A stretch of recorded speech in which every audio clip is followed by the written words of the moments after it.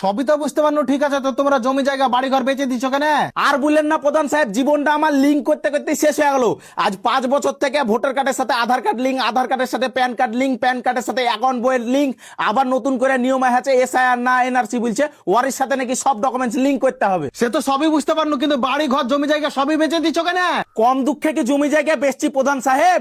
আমার bore hearing আছে, আমার বোর নাম হচ্ছে পদ্মরানী, হেয়ারিং এর নাম আছে পদ্মারানী। আমার নাম সোহেল রানা, হেয়ারিং এর নাম এসেছে সরষে দানা। ওসব তো ঠিক আছে, আমার ভাইয়ের নাম মাসুদ আলী, হেয়ারিং এর নাম এসেছে পুঙ্গাই তালি। আরে এসব কম্পিউটার টাইপিং এ এটা একটু ভুল হয়, তুই তো শিক্ষিত ছেলে, তোর অ্যাডমিট জমা দিয়ে দেখা, তাহলে ঠিক হয়ে যাবে। হ্যাঁ, এবার অ্যাডমিটই জমা দিয়েছিল, আমার নাম সোহেল রানা, এবার নাম হয়েছে সোয়াবিন রান্না। এবারে আপনি বলেন আমি কি করব? তুই এক কাজ কর, পঞ্চায়েতে যা, যে তোর বংশ তালিকা তুলে নামটা ঠিক করগা। আমি জানতো আপনি এটাই বলবেন, আমি পঞ্চায়েতেও গেলছুন, পঞ্চায়েতের লোক বললো তোর নাম ঠিক হয়ে যাবে, তোর বাপের আধার কার্ড আর ভোটার কার্ডটা লিয়াই। আমি আমার বাপের আধার কার্ড আর ভোটার কার্ড লিয়ে পঞ্চায়েত গেলু। এবার ভোটার কার্ডে দেখছি আমার বাপের নাম রবিউল আলী, আধার কার্ডে দেখছি গাঁজা খালি। এবার আপনি বলেন।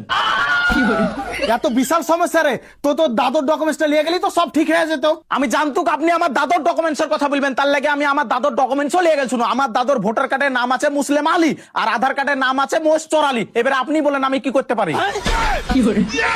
তুই এক কাজ কর, বাংলাদেশ চল যা।